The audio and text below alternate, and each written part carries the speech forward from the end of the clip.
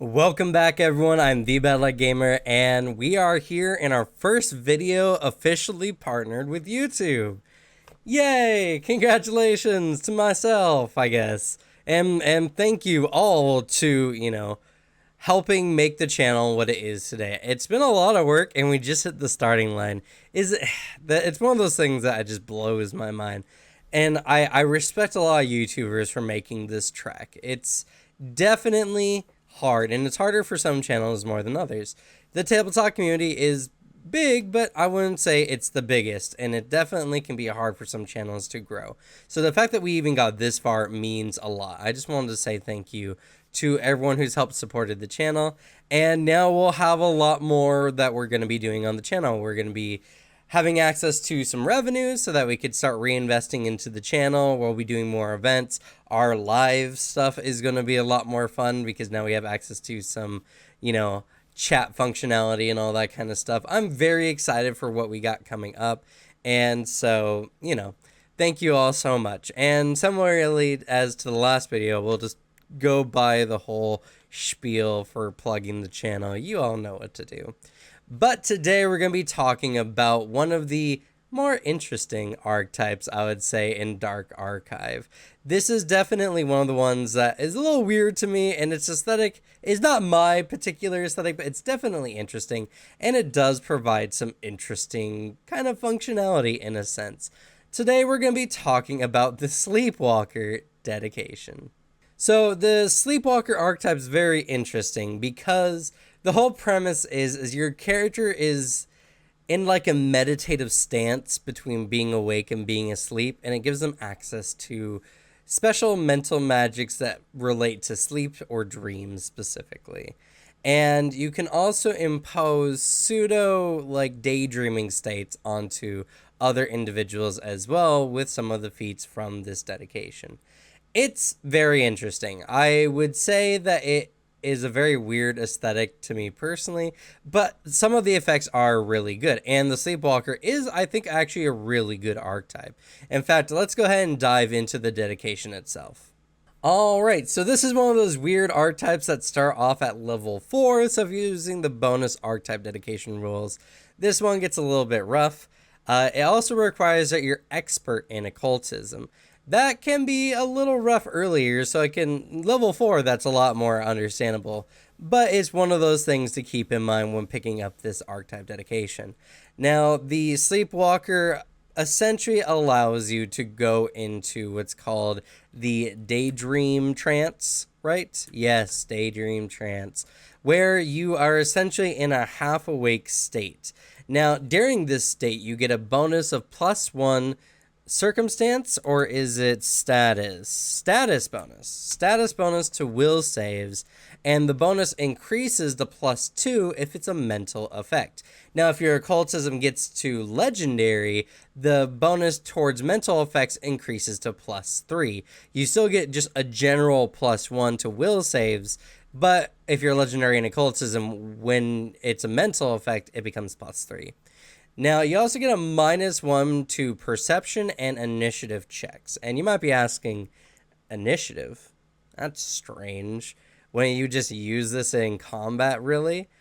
Yes. And so this is another one of those kind of feats, or I guess archetype dedications, that you won't see the full effects until a little bit later. Chrono Skimmer also kind of had something like this, so this will be addressed later. That is there intentionally, though.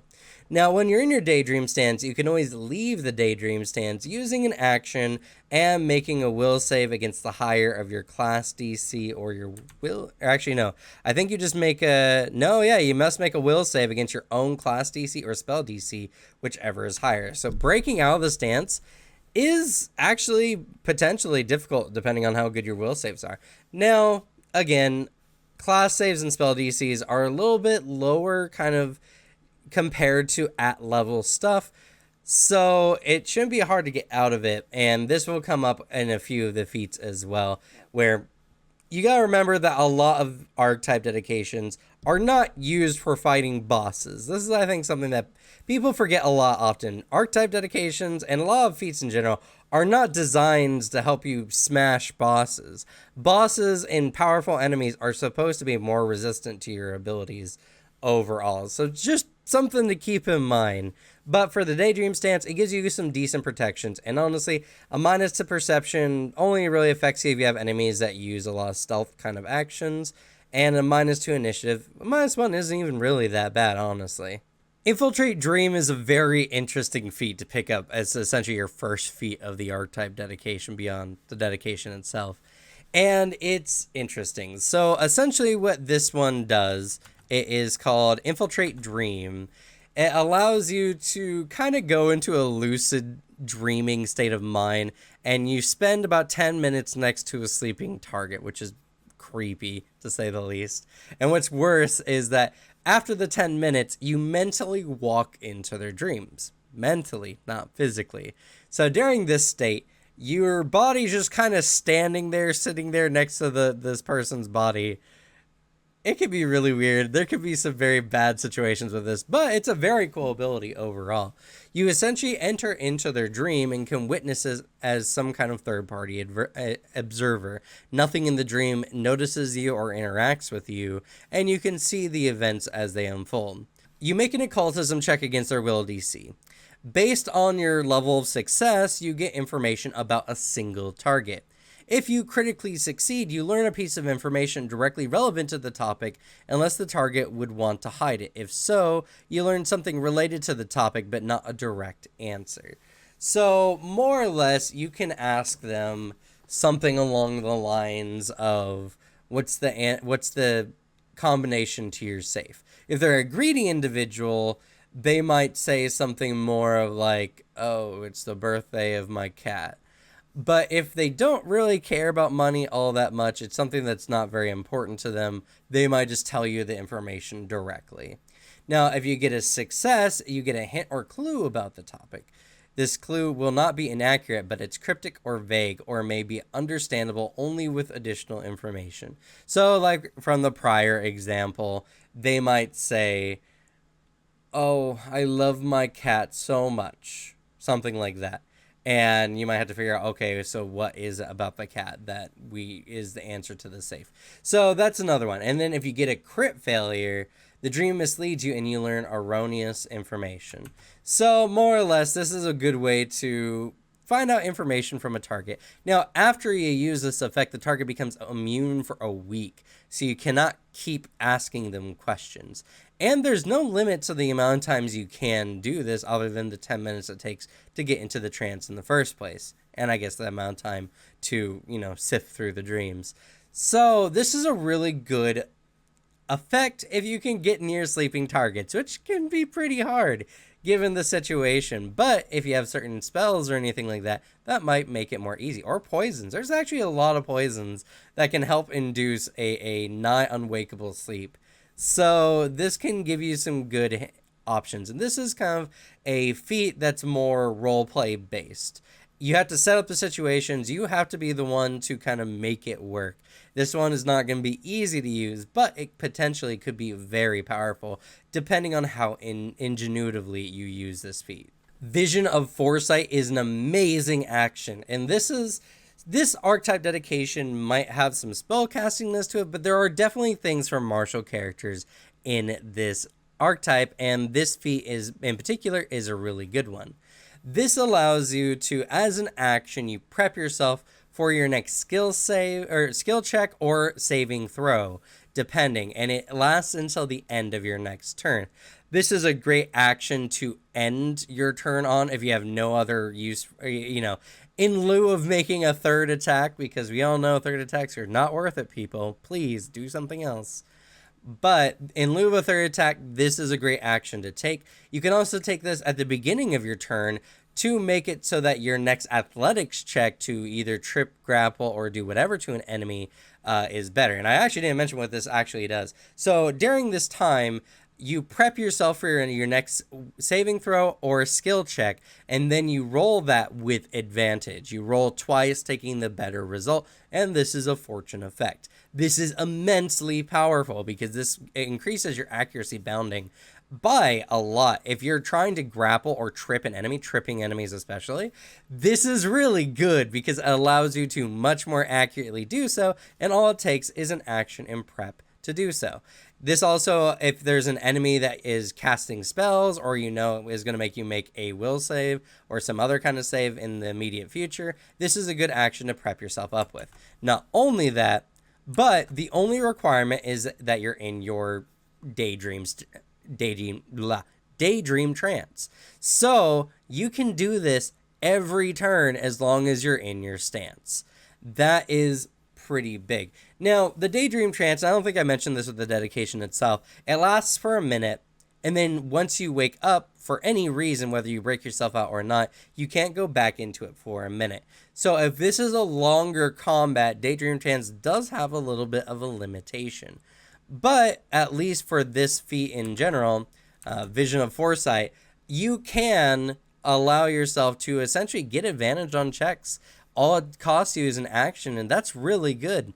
It can't make you better at attack rolls, for instance, like True Sight, or not True Sight, True Strike does. But this is very powerful overall, and I would not underestimate this feat.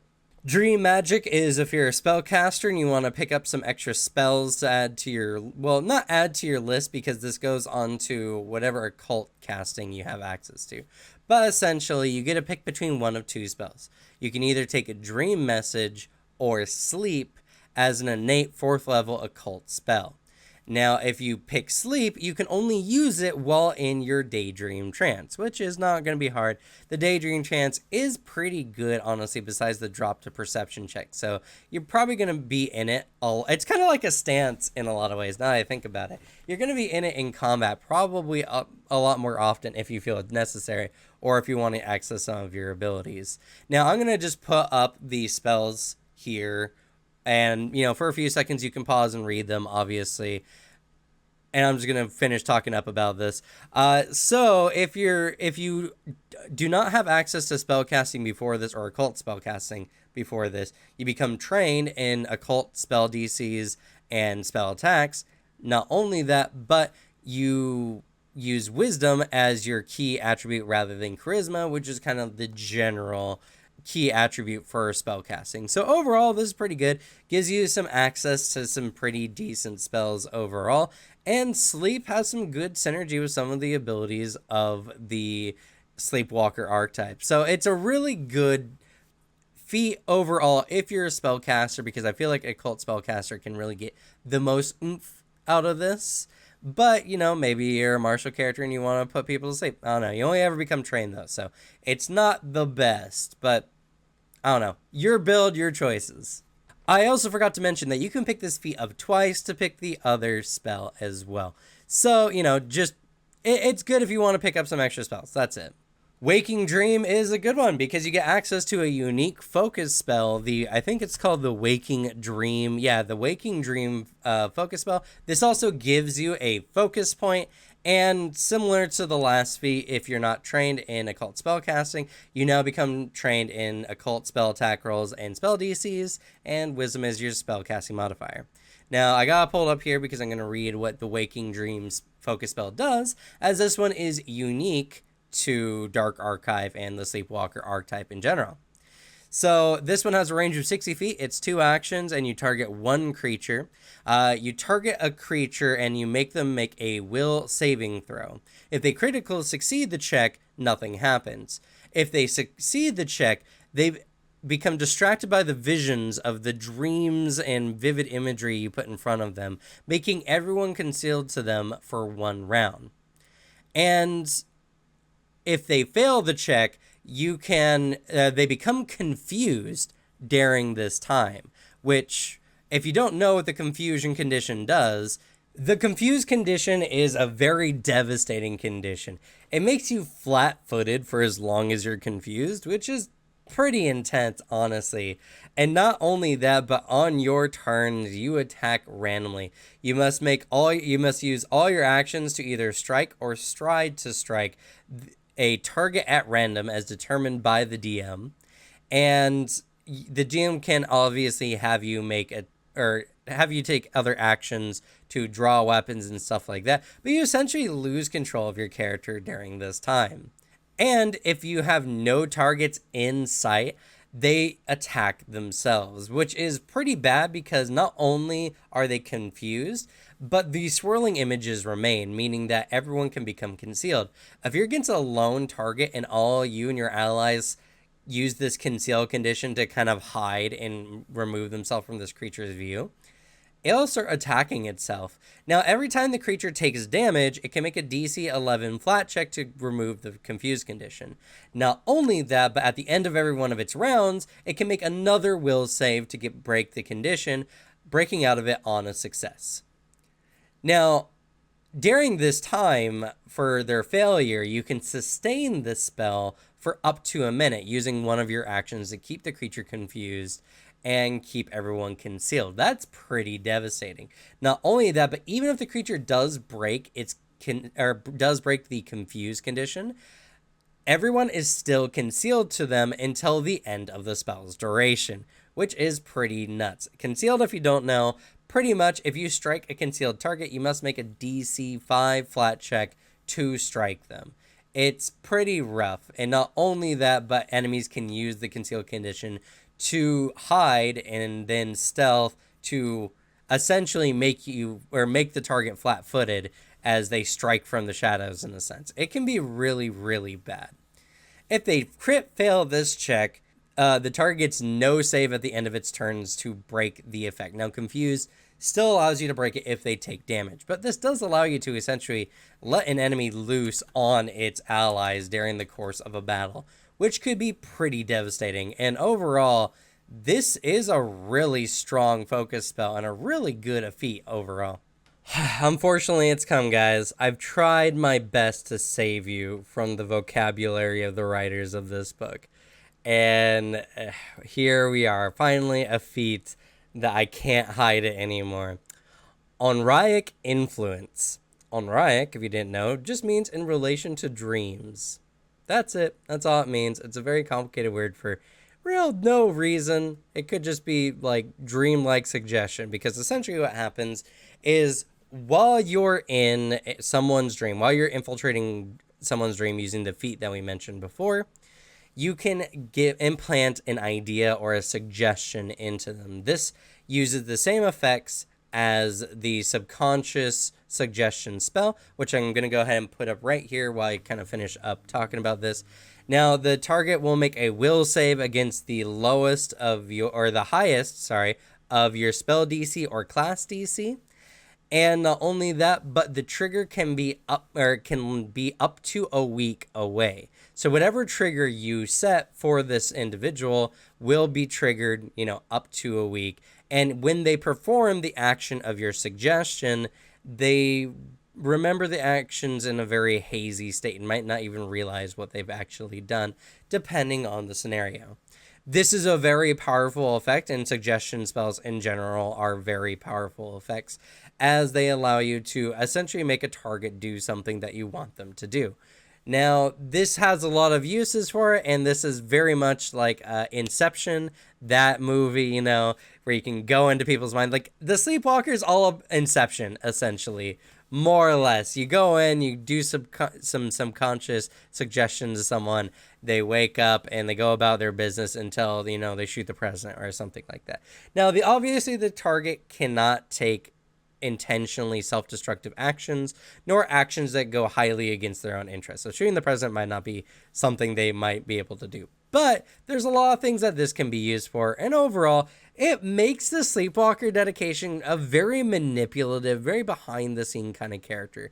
Honestly, a villain of a campaign could be a Sleepwalker with all the abilities that you have here. It makes you think. Ward Slumber is surprisingly a really good feat, actually. So you can target yourself and up to 8 individuals when you set up to go to bed for an evening to protect their dreams. You essentially give your allies and yourself a +4 bonus to all dream-like effects or abilities that can happen during this time. Not only that, but all you and your allies double the amount of HP they recover through that night of sleeping. That's immense. That's pretty good, honestly. If you've ever been in a group that hasn't had an actual healer in it, this is actually pretty immense. It's pretty good. And the bonuses can potentially be good as well, depending on the kind of campaign you're in, or, that your GM is running for you, and the kind of enemies you might have made during your campaign. So overall, this is a pretty good feat. Dream logic is really silly. I get, it's very cartoonish in a way. So essentially what happens is while you're in your daydream trance, whatever actions you take, those who are not your allies or direct enemies have to make a perception check using the higher of your spell DC or your class DC. Whatever actions you're taking, they might perceive those as just being normal for whatever reason. They don't question you. The daydreaming gnome wizard walks into a restricted area and none of the guards bat an eye, because this dreamlike trance essentially transmits a haziness to targets that perceive them.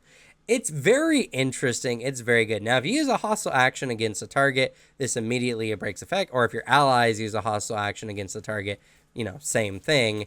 And if other targets bring to another creature's attention what's going on, they can make another check against your daydream trance effect, the dream logic effect. So there are some ways to break it, but you can use this to even get away with literal murder. Now, they do retain the information, and unless pressed for the information, they don't really talk about it. But if an official comes up and say, "Hey, did you see what happened here?" They'll be like, "Oh yeah, I think they killed someone." They might then realize what had happened. So it's not a perfect getaway. It doesn't remove witnesses. It just makes them less likely to talk about the information.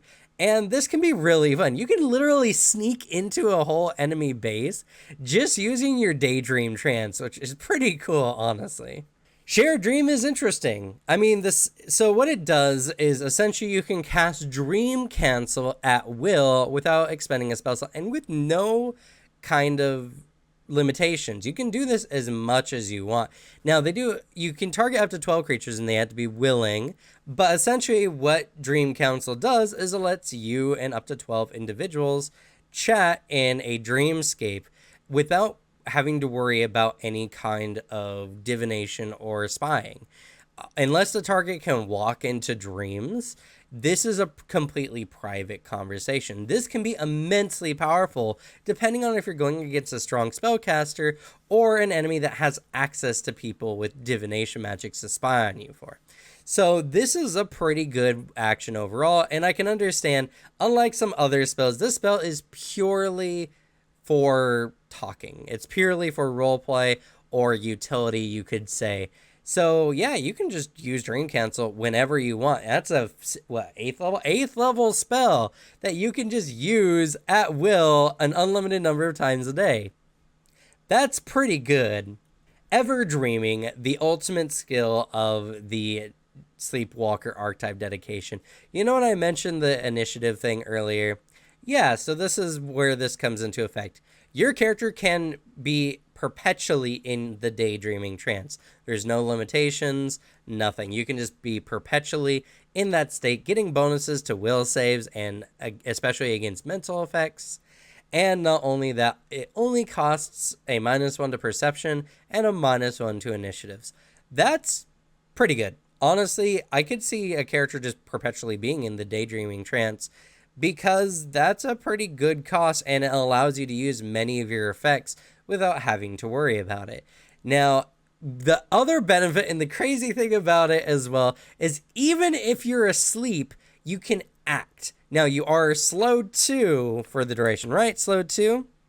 Yeah, you are slowed 2 until you fully awaken, but even if your character's asleep, you also don't suffer a -4 penalty to your perception checks, reflex saving throws, or AC while you're sleeping. That's really good. While you're sleeping, while you're unconscious and asleep. And you can still act on your turn until you wake up. You can literally be asleep and fight people. Granted, you're slow too, so you're not going to be doing it that well. but it is potentially a thing that can happen. This is a cool R-type dedication overall. It's got a lot of weird functionality, a lot of weird effects, but I think it works overall. And for a martial or a spellcaster, I think this dedication has a lot to offer, especially from the Dreaming Foresight or whatever that feat was earlier that allows you to get advantage on a skill check or saving throw. And you can do that as long as you're in the Daydreaming trance. In fact, technically, when you unlock the unlimited Daydreaming trance, all your skill checks can be done at advantage. That's crazy. That's broken almost. That's pretty good. So yeah, Sleepwalker dedication is pretty solid. Hopefully this video is a lot shorter than what I was recording. I had to read a lot of things, and hopefully this came out all well for you. And again, thank you all so much for being here. We would not be as far as we are along without you and supporting the channel. So with that, we're going to go ahead and end the video. Thank you so much for watching. Good luck with your games. Leave the bad luck to me, and I'll see you all next time. Bye.